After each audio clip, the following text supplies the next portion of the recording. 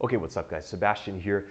Wanted to make a video about Canada, a special news bulletin for my fellow Canadians. And if you've been watching my channel for any length of time, you'll recall that in January of 2021, I released a video. It was my highest viewed video on this channel to this day. I think it got about 40K or something like that, maybe more at this point, called Why I Decided to Leave Canada Permanently. And this was before it became a trend to make videos talking about why people wanted to leave Canada. And these range from fairly innocuous, fairly politically, nothing that would shake the boat in terms of, oh, I don't like the weather. Oh, I don't like the job outlook and the economic outlook. I want to go work in the US, make some more money. Okay.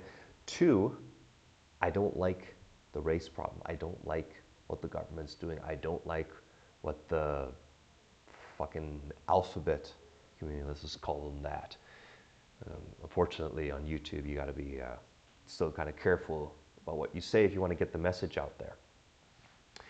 So everything in between.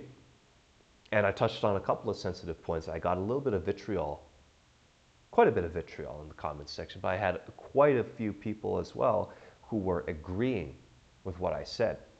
And what's even funnier is that now, fast forward to 2026, I have been living outside of the country for nearly 6 years, completely divested from the Canadian economy, having no dependence on making money or healthcare or anything of that sort in Canada whatsoever. I'm very happy here in Mexico. I've traveled to plenty of other countries, and I can tell you unequivocally, Canada has slid so far down. It is sad. It is extremely upsetting, disappointing, whichever word, whichever synonym you want to use to describe just the anguish and the absolute depression that anyone would naturally feel seeing just how clearly the country has devolved in every single metric. I do not blame anyone, any Canadian, who feels no motivation, no inclination to pitch in, to contribute, and to help this community. I don't blame you at all. I completely understand if you are depressed living there and you want to get out, because it's basically hell on earth at this point. Now, of course, some people are going to say, well, you're exaggerating. Well, not everyone is having a bad time. Plenty of people are enjoying Canada. And you very well might be, if you have your head up your ass. If you have your head up your ass, then you just brush these very severe problems under the rug.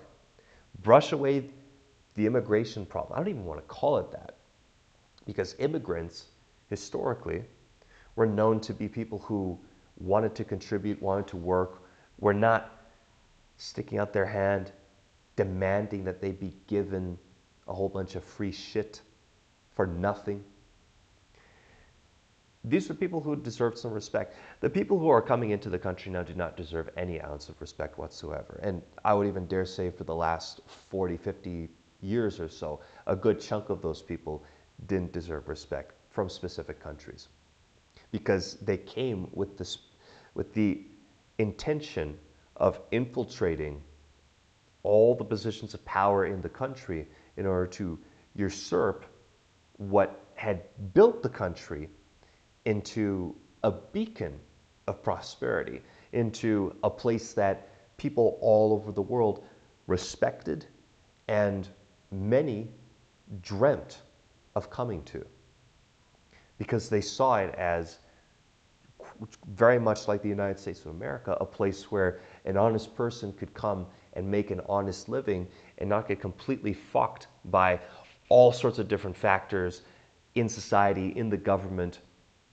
without really deserving it, without just because you want to be left alone and do your thing. You want to learn some skills. You want to get involved in your community. You want to raise a family. You could do it in Canada. In the heyday, in I would say, I wasn't around, obviously. The 50s, the 60s, the 70s, even kind of around the 80s. That's when things really started to kind of drop off. It wasn't quite as noticeable because we didn't have access to the internet. See, we couldn't interact with people across the country as easily. We were dependent on legacy news media. And now in recent years, especially since this beer bug bullshit in 2020, a good number of people, it seems, have woken up. They have smelled the coffee, and they've figured out that legacy media is this complete shite and is pushing a specific narrative. It is literally propaganda. You could compare it very clearly to the propaganda channels that were active in the Soviet Union, in the USSR, 50, 40 years ago. It is exactly the same thing. It is the playbook that these psychopaths are running with. And I'm trying to be very careful with what I say here because I want the message to get out. I, I don't want to get canceled on these platforms because I need people to hear this. If you're not going to hear it from me, you're going to hear it from another creator. There's plenty of brave, mostly men, but there's some women out there as well who are speaking up and sharing what their perspective is and sharing the objective reality of what is happening over there. I'm not in Canada. I haven't been there. I have no plans to go back. I wanted to make this video today to talk about what should you do? What is your plan to divest and get off the sinking ship? Because make no mistake, it is a sinking ship. I don't say this to be overdramatic. I don't say this to get clicks. I don't even say this because I get some kind of Schadenfreude. It's a German word meaning that you get a sense of pleasure from seeing someone or something in a state of upset. It does me no good whatsoever to say that the country I was born into, the country that we were very proud to have grown up in, myself, my sister, the rest of my family, when they immigrated. I'm the son of immigrants, of European immigrants, or immigrants of European descent, if we want to get really specific. Because my mom is from here, okay? I'm a Canadian citizen. You can't even see this thing that clearly anymore because I've traveled so much, it's just worn out the cover. But thank God I have this thing, okay? This is my freedom ticket. Point number one, many of you watching this can get a freedom ticket because of your parents or grandparents. If you just sit down and actually do some research, first off, very, very important, this is not getting any easier. A few years ago, when I checked the government website, this was 2019. This is 2019 before shit really, really hit the fan. It was fairly easy for me to get this freedom ticket. I got it in 3 months. You know, nowadays, you're probably going to have to wait twice as much or even longer because, well, you're probably not the only one who's cluing into this, okay? What exactly am I talking about, okay? A second passport. And this is not an entirely new concept. It's been swirling around there now for a good decade or two. But now it is more important than ever that you figure out an escape plan. You have that in your back pocket. If you're not planning to leave as soon as possible, then at least know that when you face an immediate threat to your livelihood, or even worse, that of your families, that you'll have a way to legally get out and go somewhere else without any kind of impediments whatsoever. Like, sure, you could take your Canadian passport and you can get visa-free access to a number of countries around the world, but you're not going to be able to stay unless you go through some bureaucratic hoops to actually get the right paperwork. And obviously, that's one route to take. The other route, which I'm not condoning, is to just overstay. People do it in certain countries. I'm not even going to name them. And they seem to get along just fine for a while until they don't. That's a risk that you have to be willing to run and be cognizant of before you do it. Do your research. Look at your family tree, even your own parents, your grandparents. Where are they from? Do you qualify? Check the government website for whatever country that they're from and look into it. Pay the $150, the $200 to apply. Because if you have undisputable proof that you're eligible for one of these, it doesn't have to be like this green one here. Again, it could be any which one, even if it's from a third world country. It is better than just being stuck with the Canadian passport. And that's even if you have a Canadian passport, right? You might have never even traveled outside the country, so you didn't need it. That's like step zero, okay? So that's one avenue that you can take. Get a second passport as soon as possible. The second thing, and I have a list here, again, it really just depends on how seriously you take this. I know that a lot of you are pretty invested in the life that you've built over there. And the idea of just packing your bags and leaving isn't exactly feasible for a lot of you, because you're going to have to tie up a whole bunch of loose ends. And probably the biggest impediment of all is going to be how you make a living. Let's not bullshit ourselves here. Going and moving to a different country sounds romantic and cool, but at the end of the day, you got to eat, you got to pay rent. Well, how are you going to do that? Unless you have developed some kind of skill set that allows you to make money through the internet or take it to those countries. Basically, there's three ways. You're making money purely from the internet, which is great.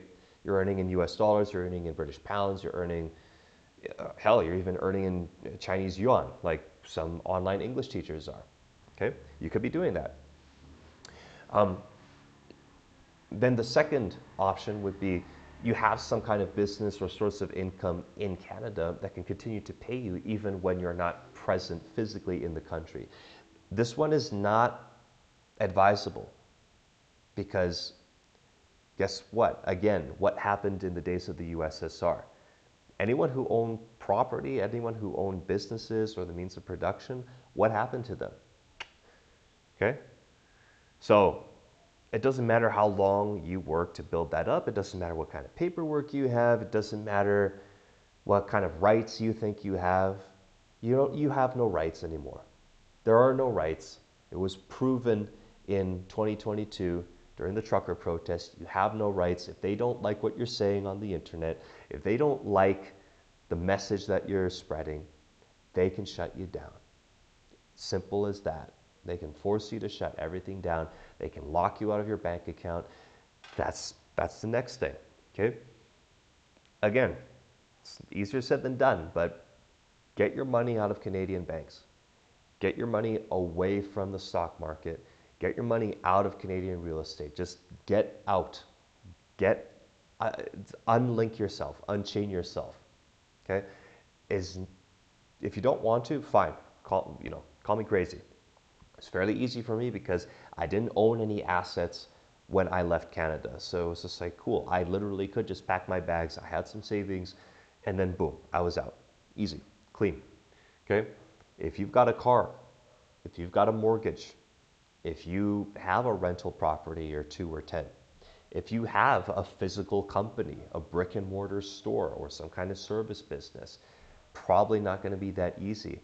But try to spin that in a way where you can sell it off, you can take that capital and you can invest it in some kind of vehicle either on the internet to make some money, or look at the place, look at the destination you plan to go to and set something up physically there.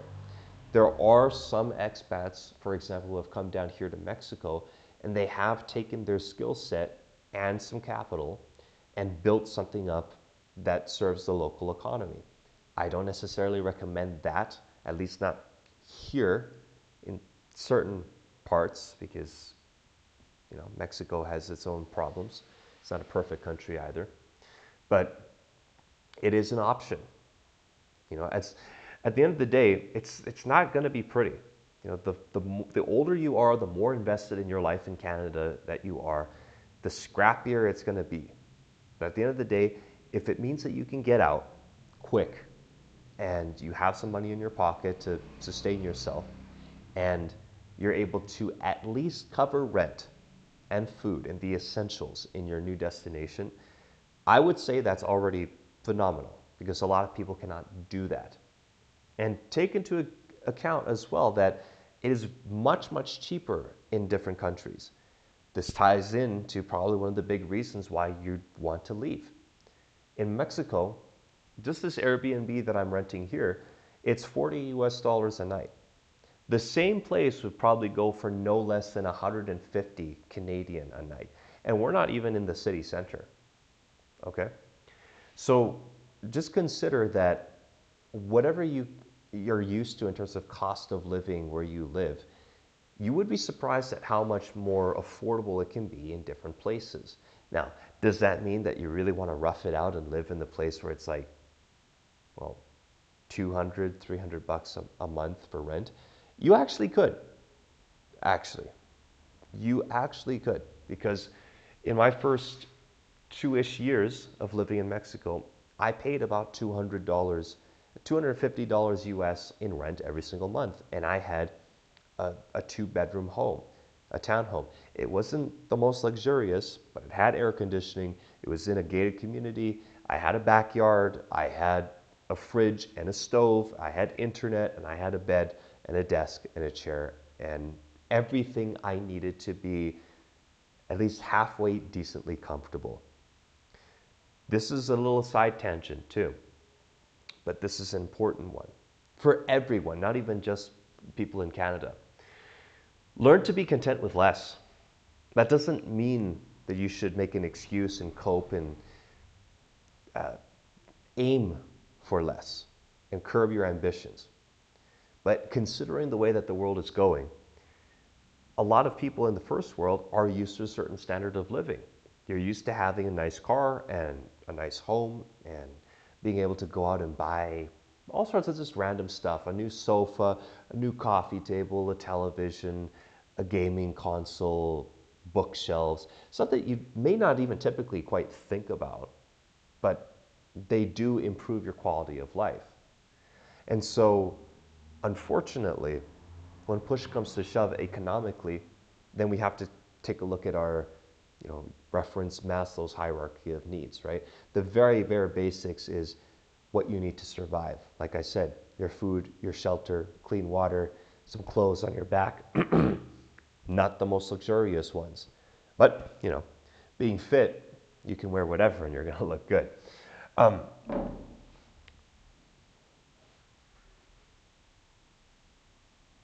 A lot of people are not going to make it. That's also something that you have to absolutely come to terms with. A lot of people are simply not going to make it. That doesn't mean they're going to be unalived. It means that they're going to go through some really tough times because they just didn't think that this was serious enough to prepare for, or they were in a bad spot to start with and they didn't have the means to even set themselves up to deal with everything that's coming. I'm not here to make predictions. I'm not here to say unequivocally what is going to happen. What I can tell you, though, that I'm pretty damn certain about is that you don't want to be in Canada for the next 5 years or 10 years. It is probably one of the last places that you're going to want to be in if you value your bodily autonomy. We already went through that. Your personal freedom, your economic freedom, and your sanity. Every time I've gone back to Canada in the last few years, okay, as soon as I touch down and I start to eat the food and drink the water, I don't even drink tap water. I don't drink tap water anywhere. I always get bottled. I spend a premium on water. You might think that's crazy, but then you do your research and you realize I'm not going to give you any scientific studies or anything, but they are putting chemicals into the food and the water in Canada to feminize the men and to make you depressed, to completely throw your hormones out of whack. And this applies to every single person, man or woman, old or young. They are deliberately poisoning you in every single way possible. You can eat healthy, right? They're still doing it. This isn't just applicable to the people who very clearly have a bad diet and they're eating fast food and processed foods and what have you. It's everywhere. It's in everything. Okay? I don't want to scare anyone, but this is just the absolute truth. Every time I go back and I interact with people there, especially men, one of the things that's so noticeable for me now, as a Canadian who's been out of the country and been away from other Canadians, is the way that the men talk. The average Canadian man talks like this. The average Canadian man kind of, you know, is always walking on eggshells. The average Canadian man doesn't dare to speak up. The average Canadian man doesn't can't even really call himself a man. Pay attention. Open your ears, open your eyes. You'll see it. You will notice it. It's everywhere now. That's not to say these are bad people, but they have no idea that this is happening, and it's right in front of their faces. A fish doesn't know that it's swimming in water. It's the last thing that it would ever notice about its environment. It has no point of reference, nothing to compare it to. Thankfully, we do have the internet, and you can get access to a message like this one, where I'm speaking to you from the outside, looking at from the outside in. I don't claim to have figured everything out, but I can absolutely tell you that what I did was the right thing, and it is the right thing for a lot of you right now to just go. Just throw caution to the wind. The time for planning, the time for really thinking things through and considering the pros and cons and all the facts, that ship has sailed. Right? If you haven't already gotten out, if you aren't planning to get out anytime soon, I pray for you. I hope you're going to be okay. But it's probably going to be very, very difficult for you from here on out. If I was still there, I would take my money out of Canadian bank accounts. I would save as much money up from my job as possible. I would cut my expenses down to the absolute bare minimum. I'd move back in with my parents if that was an option, or live together with some friends and just get as much capital together as possible. I would be hell-bent on learning some kind of marketable skills I can take to the internet, or at least take to my new destination in person. I would do absolutely everything I could to just avoid eating. I know this is a radical one, but avoid eating anything. Avoid eating as much as you possibly can. Buy organic. Even that is a sham, okay, in Canada. Go to a farmer. If anything, just go directly to a farmer and buy from them. Get some eggs directly from the farm. Get some fresh beef, whatever it is. Stick to what you can absolutely, the closest thing you can put your finger on to being not processed, not having gone through any sort of assembly line. I would just come to grips with the fact that it's gone. The place that we knew 20, 30, 40, 50 years ago, it doesn't exist anymore. It's not going to ever exist anymore. It doesn't matter if you elect Pierre Poilievre. He's just another politician. He doesn't give a shit about you. All of these people are in cahoots with each other. It doesn't matter how much you think Carney is an idiot or Pierre is an idiot. They're both in the same boat. They do not give a shit about you. It doesn't matter what they say.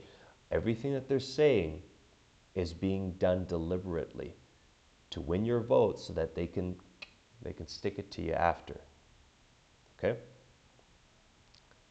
Just look at what happened in the US. Everybody thought that re-electing Donald Trump was going to be the answer. It's going to be fantastic. Oh, we're finally going to recover from 4 years of the old geezer. Well, look at what's happened. A lot of people who supported the MAGA movement are now turning their backs on it because they see it for what it is.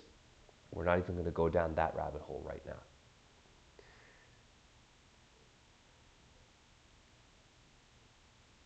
It's not, it's not a pleasant topic. It's not fun. Like I said, it brings me no joy to bring these messages to you. But at the very least, if you're watching this, and if you're watching this far, then you're one of the smart ones. You're one of the lucky ones too to come across this message. I just hope that you take it to heart and you actually implement what I'm talking about. Because if you don't, then you might as well have not watched the video. You might as well just go down to the pot shop and the fucking BC liquor store and keep working your job. Because it's just everything. Everything is different, and it's no better in any way whatsoever. It's an experiment. It was always an experiment. You might have had no idea, but it was all put together. It was all concocted behind closed doors by people whose names we'll never know, or many of us will probably never know, who cannot relate in any way at all to the working class Canadian. Even if you're upper class, even if you made some money, they still don't give a shit about you. They're not going to make things easy for you either. If you have a little bit of money, I mean, if you want to stay, fine. You're still going to have to go out in public at some point, and you're going to see it immediately. You're not going to see the white Canadian anymore. The white Canadian's not a majority. It's very, very soon not going to be a majority, unfortunately, for a number of reasons too. It's not even just the fact that they're bringing in boatloads of these invaders, but compounded by the fact that the white Canadian is not reproducing above replacement level. If we really want to take that further, as a white Canadian man, I find most white Canadian women absolutely fucking repulsive. We're not going to go down that road today either. We can talk about it in another video. Once you leave, once you meet women who actually do love you for you and actually don't give you a hard time and actually chip in, right? And actually know their place as the feminine, and they respect your masculine. They respect your leadership. They want to be led by you. They look up to you. Everything about you, everything that you've clearly put demonstrable effort into. Like, last thing I'll end off on here. I know I said I wasn't going to go down this road, but there's a lot of Canadian guys who really do take great care of themselves. They're fucking great people. They're a catch. But they wouldn't really know it being in Canada, because the average Canadian woman is such a spoiled, fucking entitled brat. And she thinks that a man who's in great shape, a man who is articulate, well-read, well-traveled, we're not even going to mention the economic part of that, because that's neither here or there. I know a lot of guys might disagree with that, but again, leave your country and take note of how many women don't really care about how much money you make anymore. They don't care about your job. They don't, the first question out of their mouth is not, what do you do? You know? Anyways, that's not to say that there aren't some good ones, but I would challenge you to find one. Okay, and this is probably going to be a little bit rocking the boat. I would challenge you to find a good one that looks good. Because there's good ones out there, but physically, it's pretty easy to pass them up. Especially when you leave and you find women who have all those fantastic inner qualities and they look great. We're men. We need that. We need that. And if you have any ounce of self-respect within you, you know that you deserve it. you know that you've put in the work. You didn't work for a woman who weighs 200 pounds, okay, or even 140 pounds. You didn't, okay? That's where I'm going to end this off. Maybe I'll make a part two. I don't really like to make these ranty videos anymore. I like to keep it just really focused on the practical stuff here. Um, at the end of the day, the last things I'll say, it's just a recap. Get a second passport. Look into your family tree. Look into what you qualify for. Save up your money as much as possible. Cut your expenses. Avoid eating the food. Avoid just poisoning yourself. If you drink, if you smoke weed, I'm sorry, but it's not the same as it was, again, 20, 30 years ago. They're, they're filling this shit with more chemicals to just completely fry your brain, fry your mind, destroy your body, destroy you from within, to dull your spiritual light. They're doing absolutely everything they can. Okay? The only practical step that you can take at present while you're in the country is to just avoid it altogether. If that means you become super skinny, well, it is what it is. Okay? Divest away from everything economic in Canada. Get your money out of the stock market, get your money out of the banks. Stop doing business in Canada, stop working a job in Canada. Get out of there as soon as possible. Okay? I would also say, when you leave, you might have family or friends who you leave some stuff with. Take as much of your stuff with you as you can. Give yourself no reason to come back. If I did not have family in Canada anymore, I would not go back. I would have zero incentive, zero reason to be there. But if you're like myself, you're a young man, young woman, your parents are probably getting older. Your parents probably aren't wanting to move around. They don't have the stamina. They don't have the tolerance for unknowns and getting used to something completely new. And so, and unfortunately, taking that further, a lot of them are either also brainwashed and they don't admit what they see clearly with their own eyes, or they do, but they feel completely powerless and they are not willing to do anything to change it. I don't necessarily blame them because, again, there's really not much that you can do at this point. I don't want to sound like a defeatist, but what are you going to do?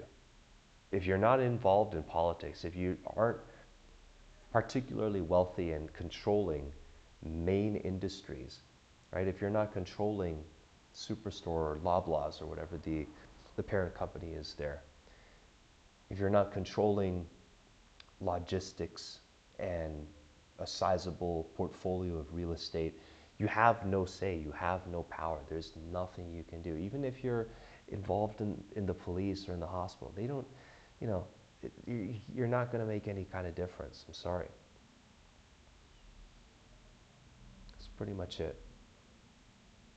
That's pretty much it.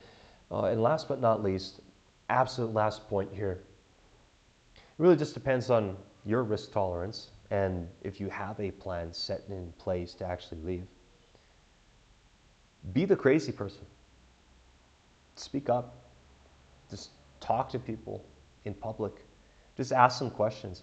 Ask white people. Okay. I take it if you've watched up to this point, if you're watching me, you're white. Talk to other white people. Ask them what they think. See how brainwashed they are. If they aren't, if they can clearly show you that they're in the know and they share the same kinds of viewpoints as you, buddy up, make friends, exchange contact information. It's going to get ugly. And I'm going to tell you straight, man to man or man to woman, whatever. These other people, even the ones that were born and raised in Canada, but their parents are from India, from China, from the Philippines, a huge portion of them are not going to take your side. When push really comes to shove, they are not going to be your friends. They are not going to support you. In fact, they are going to do everything they can to fuck you. And unfortunately, let's be rather impartial here. A lot of other white people, like I said, who are still brainwashed, they're going to try and fuck you too. They're not gonna want to help you because they're so weak. They're so fragile. They're such they're such fucking pussies. They're gonna do everything they can to hold on to what little illusion of certainty and security that they have. That they're more than willing to throw you under the bus if it means that their tiny little world doesn't get infringed upon. And the sad thing is, it will. That they might throw you under the bus as cannon fodder if they can, but eventually they'll come for them too. And they're not going to get any brownie points or any kind of goodwill that they think they've built up with these other communities. It's not going to count for anything. It's straight the fuck up. Okay. So with that in mind, guys, tell me what you think. Tell me if you agree. If you don't, you think I'm a fucking idiot, let me know. I want to start a discourse here. Let's get this out. Let's actually talk about it. Because again, some people are, but people need to wake up. Maybe there is still a chance. Maybe something can change. But that is, considering the outlook right now, it's very, very unlikely. So it is what it is.